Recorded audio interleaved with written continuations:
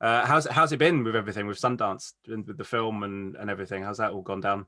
Yeah, well, I'm just kind of digesting it because people have literally just watched the film, and I came off the Q&A, and now I'm sort of, I guess we've sort of seen the reviews and stuff coming out, so it's really exciting. I mean, it's all a bit bizarre, isn't it, doing it remotely, but amazing that Sundance have made it happen, because otherwise all these films wouldn't have a way to get to an audience. So it's amazing to be part of it. Yeah, I guess sitting at home in your pajamas and your slippers is better than being in the ice and snow That's in what I Utah, I think. guess. Yeah. But if you've been doing Q&A, so even earlier for you guys, that's just clicked in my head. Yeah, I was up at 5 we did a Q&A at 6:30. Oh well. You got the right audience to start with, though, I suppose. Exactly. I mean, the whole of this weekend is going to be a bit of a topsy-turvy time thing, isn't it? I'm just kind of going to have to go with the flow, and yeah, there's no excuses there. You're at home. yeah, just get up. exactly. Have a nap in the afternoon. Yeah. Congratulations on the film. I watched it last night. Really, really enjoyed it. And I was saying to Niamh before, I'd forgotten that it was about video nasties, and I'm quite fascinated with the video nasties, just in terms of the silly euphoria, not euphoria, but the craziness that happened in the 80s with all these movies that were, put into a box of, this is everything wrong with society. It's the Evil Dead's fault that there's riots and everything else. So but I just wondered what the kind of fascination with it for you was, and how that kind of stemmed into making this movie. Yeah, well, I actually found like this article about Hammer horror era and censors working during that period, and that was kind of what kicked it off for me, really. I guess I started to think about why, if violent images are supposed to make us do bad things, and what stops the censor from being affected by those things. And so it started as a bit of a childish idea in my head, and actually it was a male character, and then I kind of just delved into like reading every book I could find on censorship throughout the decades, and I'm a massive like fan of the kind of horror films that came out of the 80s and everything that went on around those films. I mean, I remember when I was a kid watching a film called The Woman in White, and it was the first time I'd ever seen Simon Bates come on screen and present the classification, and I was so scared of this guy because he came on and he had this like suit and these glasses, and he was all behind a desk, and he said it is an offence for anyone under the age of 12 to watch this film. And I must have been like 9 or 8 or something, because I was always watching stuff that I probably shouldn't have. And I was like, oh my God, my mum's going to get arrested or something. I ran to my mum and I was like, Mum, they're going to come and arrest you. And she said, it's fine, you're not going to get into trouble for watching this. Do you still want to watch it? And I was like, but Simon Bates was real. So I wasn't scared by the fiction, because even as a kid, it's a story. So all of that feeds into like this viewpoint of this era, which was just so insane, because it was like people thought that these films are going to like come out of the television and like change the way we think and act. And that's just nuts, isn't it, really?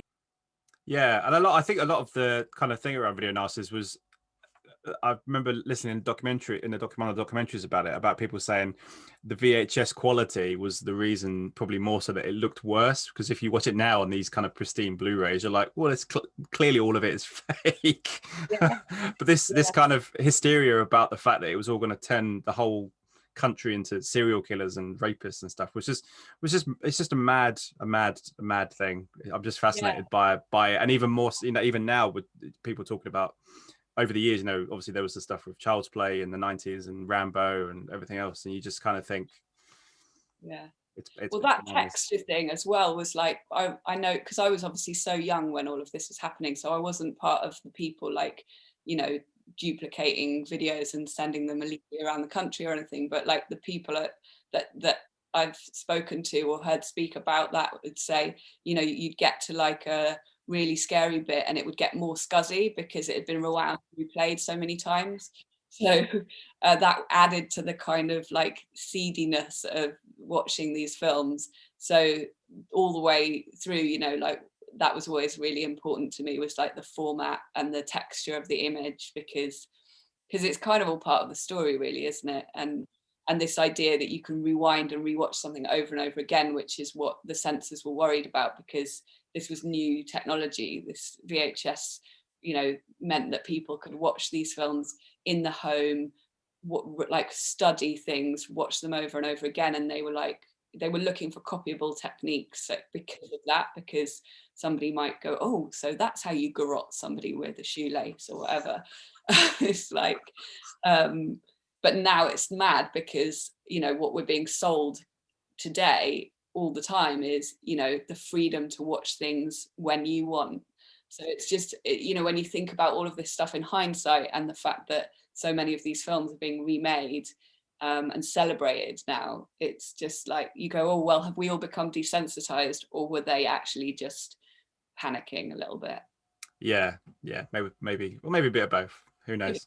And in terms of Enid's story, I mean, was that something that you was that a story that came from research, or, you know, a story, or was that kind of your story that you wanted to kind of put in there with it? Because her story works so well against the mirror of being a censor, because she thinks she's protecting the world, but also she's kind of repressing stuff that's going on in the real world. Yeah, I mean, when me and Anthony Fletcher were writing the script, we were always imagined that there was something in her past that she felt bad about, basically. And it was all about this idea of, I guess, like what my sound designer Tim Harrison would call the shadow self, because he was really into the idea of the shadow self, which is a reflection of what I see as what was going on at that time. Like, these films are going to awaken the inner monster within you. Like, we're all one Lucio Fulci scene away from going out and like hacking someone's head off with an axe or something. So like, what does that say about us as people? You know, what does that say about us as humans? So it was this idea that Enid had something in her past that she felt made her a bad person. And that was what we were kind of looking for. And I did a short film called Nasty, and the sort of through line in that was about a little boy whose dad disappears at the beginning of the film, and he basically discovers his dad's collection of video nasties and finds his dad inside one of these tapes.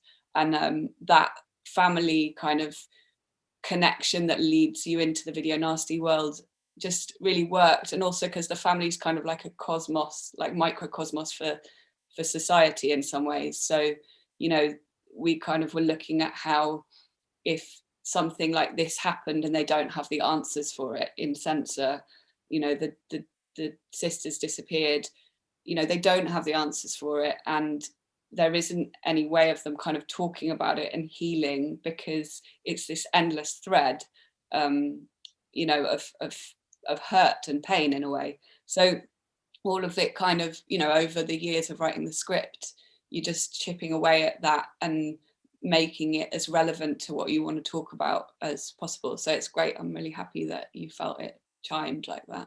Yeah, absolutely. I really enjoyed it, actually. And good start to the festival. You know, it's a strange festival. You get stuff like this, and then you get tomorrow a documentary about Sesame Street. You know, it's all good. It's all good. Thank you so much for your time. Absolute pleasure talking to you. Really enjoyed the film, and yeah, good luck with it and hopefully you get when it comes out, we get to see it in the cinemas, which would be lovely. Yeah, I hope so. Thank you so much. Ladies and gentlemen, you're watching Hey You Guys. Hey You Guys, huh? Hey You Guys. Is that from the Goonies? It is indeed, yeah. Nice. Hey